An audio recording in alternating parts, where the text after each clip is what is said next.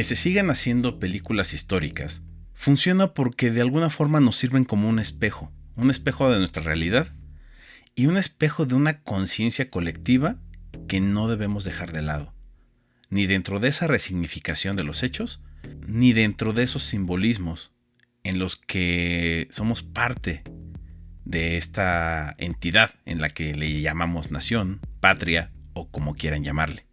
Este capítulo realmente es una especie de double feature, un 2x1, porque el resultado final fueron dos películas que salieron el mismo año, El Padre Morelos y El Rayo del Sur, ambas dirigidas por Miguel Contreras Torres, pero suponemos o tenemos esa valiente hipótesis de creer que realmente es una gran película dividida en dos partes. Digo que Dios te ha señalado el camino y debes llevar contigo a los que te quieren desinteresada y lealmente. Quien muere por su Dios y por su patria, vive eternamente. Esta es una película con un muy gran elenco, pero vamos a centrarnos en las figuras principales, que hacen que esta doble película brille por sí sola y que nos enseñe demasiado sobre cómo utilizar el lenguaje cinematográfico. La fotografía de Alex Phillips, la actuación de Domingo Soler y la edición de Gloria Schumann. Que vaya que tuvo chamba. Esta película, o películas, nos cuenta la historia mitificada de José María Morelos y Pavón, quien, para quienes no sean mexicanos, es uno de los principales artífices de la lucha de la independencia en México, ¿no? Tan importante que fue el primer escritor de una constitución oficial en México. Pero bueno, para no aburrirlos, vamos a pasar a lo siguiente. Esta película se encarga de retratarnos la vida de Morelos desde una forma, sí, heroica, sí, muy positiva, sí, haciéndonos un mártir, un héroe, un santo. Y se encarga de reiterarlo en cada escena donde se habla de él a sus espaldas. Que en parte puede ser cierto, en parte puede ser falso.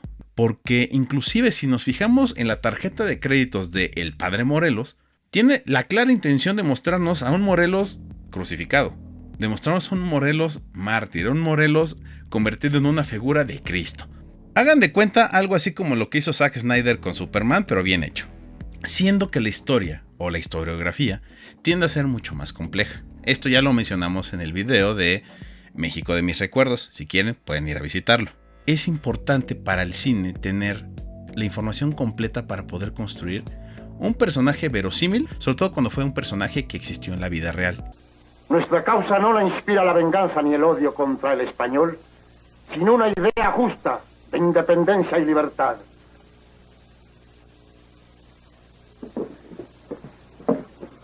Otro aspecto que debemos destacar, el carácter épico es sumamente real. Todas las escenas de batalla tienen un sentido, tienen una coreografía muy bien montada y muy bien fotografiada. Y esto se puede explicar desde una perspectiva bastante sencilla. La experiencia de Miguel Contreras Torres como parte del ejército de Carranza le dio la perspectiva necesaria, le dio la experiencia necesaria para entender cómo se mueve un campo de batalla y poder retratarlo fielmente ante las cámaras. Esto nos habla de algo muy importante para cualquier cineasta. Todo cineasta tiene que colocar algo de su experiencia, algo de su vivencia en cada película que está contando. Y no es de a gratis, y no es por capricho, y no es por ego.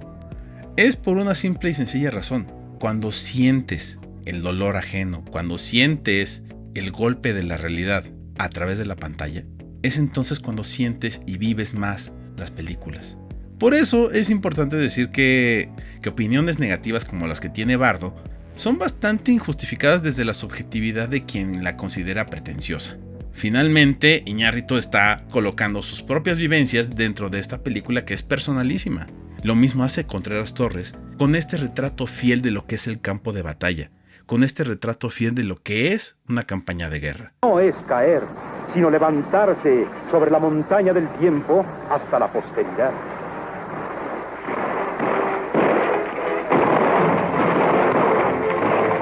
Esta película, y se nota, se filmó en Cuautla, en Acapulco, en Morelia, en Puebla, en Oaxaca. Es decir, Para aquel entonces, 1942-1943, poderte trasladar a todos estos lugares para filmar escenas de esta magnitud, pues necesitas mucho presupuesto.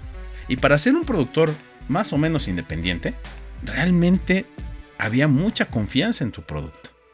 Porque mantiene un gran número de extras, mantiene un gran número de colaboradores, de equipo técnico. Imagínense coordinar todo este montaje de batalla sin perder y sin desperdiciar equipo, sin desperdiciar cinta. Nos habla de la dedicación y de esta cercanía a Peter Jackson muchos años antes de que naciera Peter Jackson para ser el Señor de los Anillos.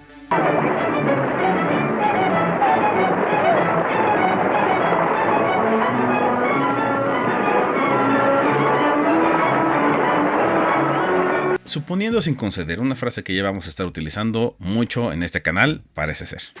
Miguel Contreras Torres tenía muchos conflictos con los exhibidores, con las salas de cine.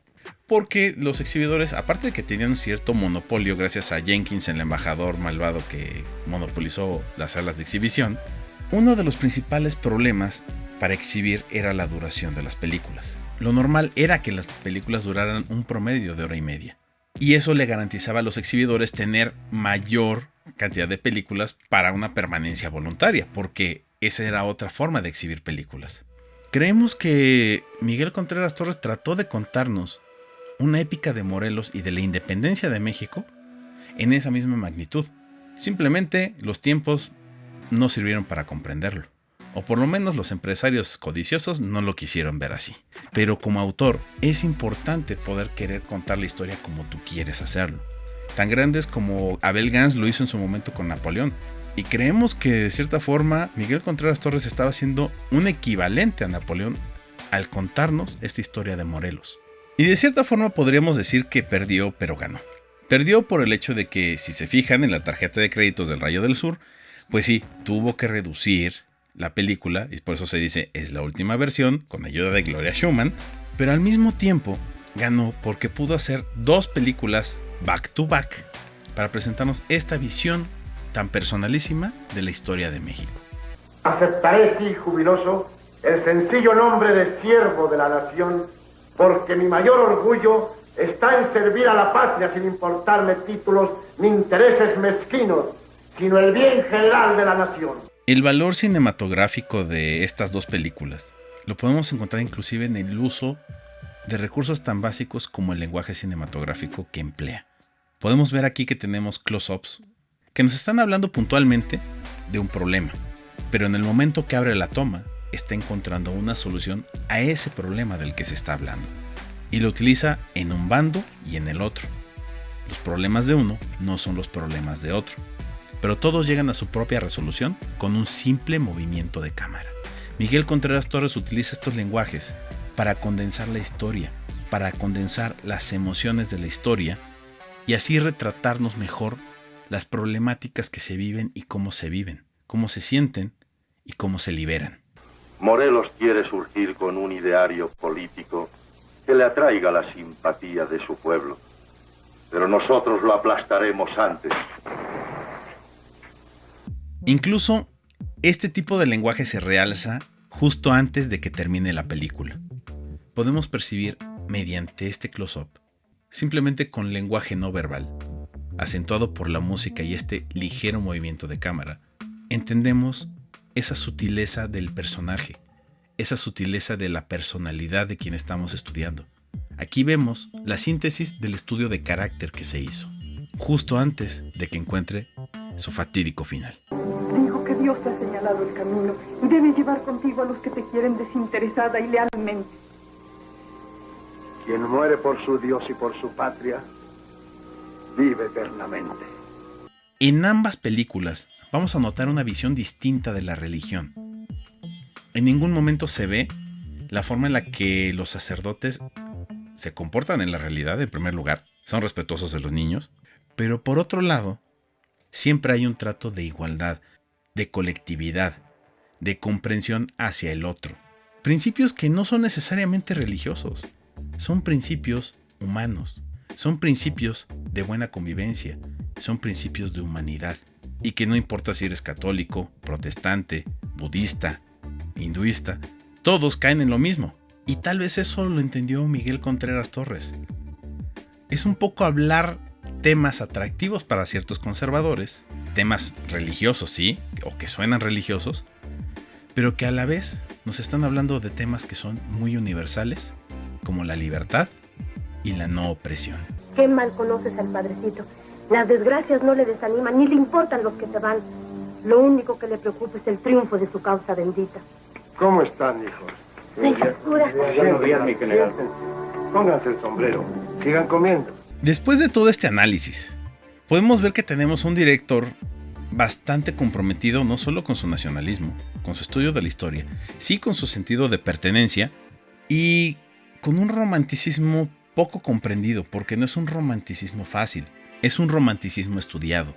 Su cine toca las sensibilidades más profundas de una nación que busca comprenderse hasta la fecha, que al mismo tiempo no comprende cómo es su vida política, su vida de fe o su vida social, y sin embargo sabe que pertenece a algún lugar, y eso es algo de lo que hablaba Miguel Contreras Torres.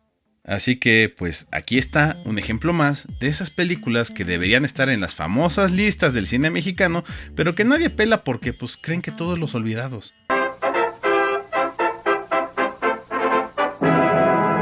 Y ahora sí, ya sin fe de ratas, el próximo video será sobre una película de Manuel Medero, dirigida por Manuel Contreras Torres.